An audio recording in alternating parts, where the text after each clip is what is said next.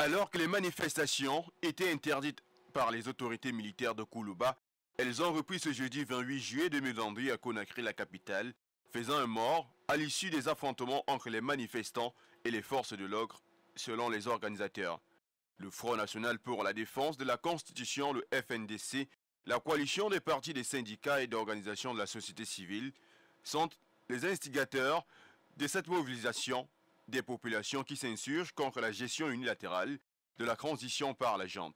Les manifestants voudraient d'une transition qui prend en compte toutes les entités de la société guinéenne pour une transparence irrévocable. L'ancien parti au pouvoir, le Rassemblement du peuple guinéen, et une importante coalition formée des partis, de mouvements et d'associations, l'Alliance nationale pour l'alternance et la démocratie, avaient également appelé à se joindre au mouvement de protestation ce jeudi afin de faire pression aux autorités militaires. La justice du pays n'entend pas laisser impunis les organisateurs de cette initiative qui aura coûté la vie à un citoyen. Le parquet a donc instruit ce 28 juillet des poursuites contre Ibrahima Diallo, responsable des opérations du FNDC, lequel s'est réjoui d'avoir réussi à paralyser le système par ses manifestations à Conakry. Mis au courant de la situation qui a prévalu dans la journée du jeudi, le chef de l'État de Guinée-Bissau, Umaru Sissoco Embalo, par ailleurs président en exercice de la CEDEAO, s'est exprimé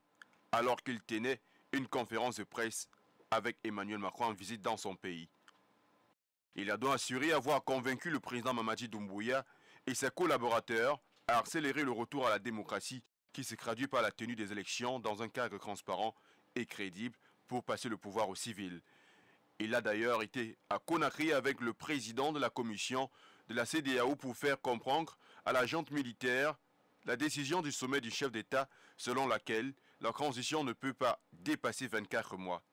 À cet effet, la junte avait fait une proposition de 36 mois qui tout de suite avait été refoulée, comme c'était le cas avec le Burkina Faso. Rappelons que la junte, qui a renversé le président Alpha Condé le 5 septembre 2021, a proclamé le 13 mai l'interdiction jusqu'aux périodes de campagne électorale de toute manifestation sur la voie publique, de nature à compromettre la quiétude sociale et l'exécution correcte des activités pendant les 3 ans dont elle exigeait pour la transition.